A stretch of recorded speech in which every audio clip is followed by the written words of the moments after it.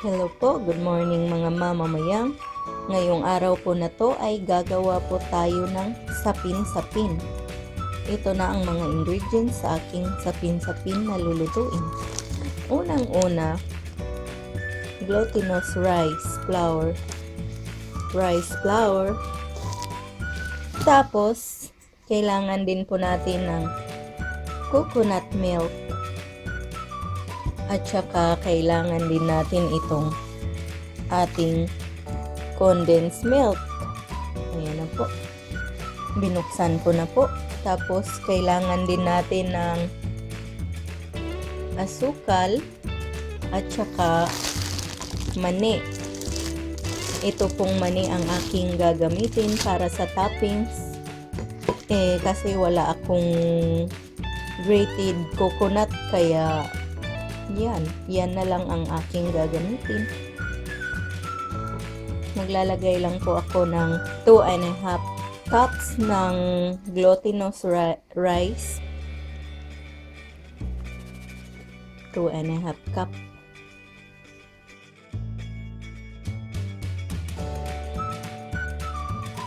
Two and a half cups ng glutinous rice. Tapos 2.5 cups din ng rice flour. Ito naman ang aking rice flour. Isa.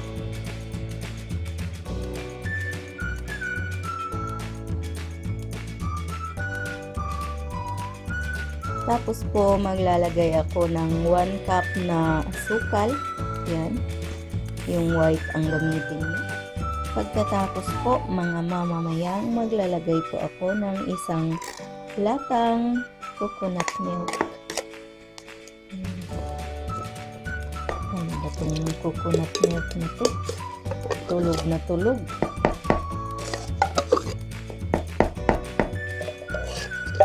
Ayan po, isang lata ng coconut milk. Tapos po hahaluin lang po natin.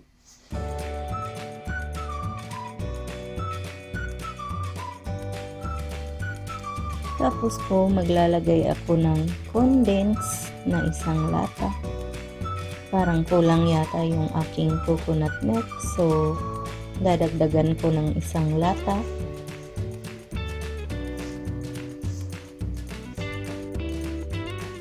Ayan po, isang latang condensed milk. Ayan na po mga mamamayang dahil kulang po ang aking coconut milk. Dinagdagan ko na lang siya ng 2 cups na tubig kasi pwede naman yun kasi mayroon na tong coconut milk. So, tubig na lang ang idinagdag ko. Ayan po mga mamamayang, babatihin lang natin to para matanggal yung mga buo-buo.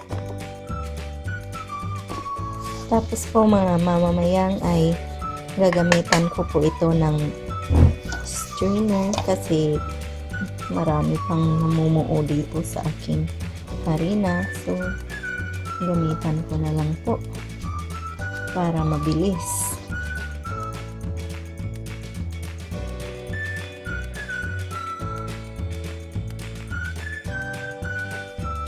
Tapos po, magiging ganito na po ang itsura ng ating harina. Ayan. Tapos po, hahatiin ko lang po ito kasi yung iba lalagyan ko ng kulay. 4 po na kulay ang aking gagamitin. 3 pala. Yung puti ay puti na talaga yan. Ito pong isa na to ay kukulayan ko ng violet kasi ubi flavor po ito.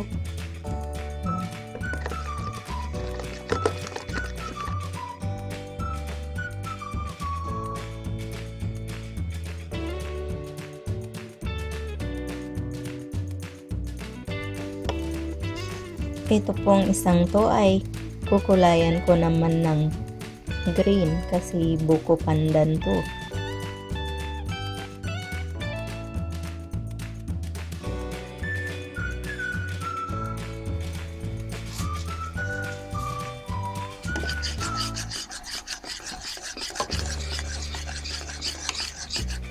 Ang bango-bango.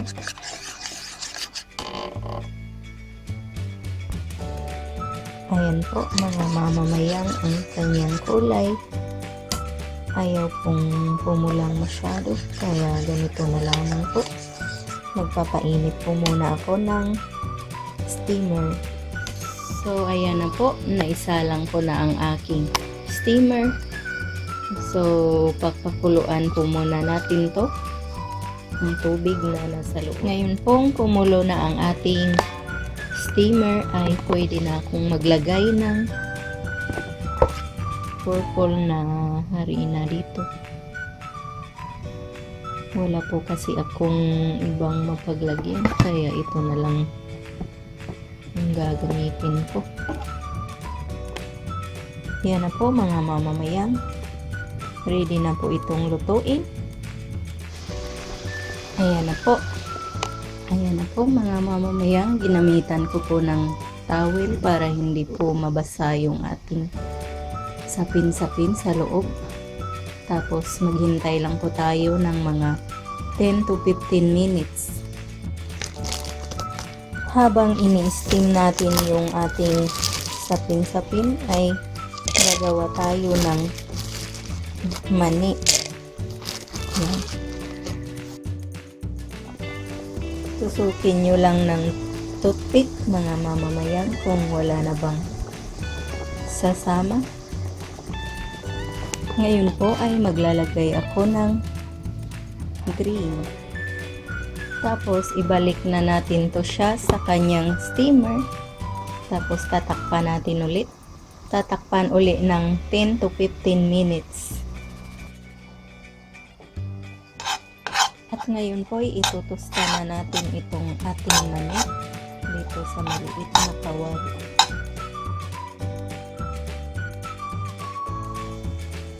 So ayan na po ang ating tostadong mani.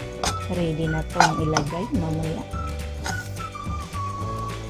Ayan na po yung ating sapin-sapin. Ayan na po. So pwede ko nang ilagay itong strawberry. Ayan na po mga mamamayang, tatakpan ko po ito ulit para po maluto. Ayan na po mga mamamayang, ang last na layer na aking nilagay.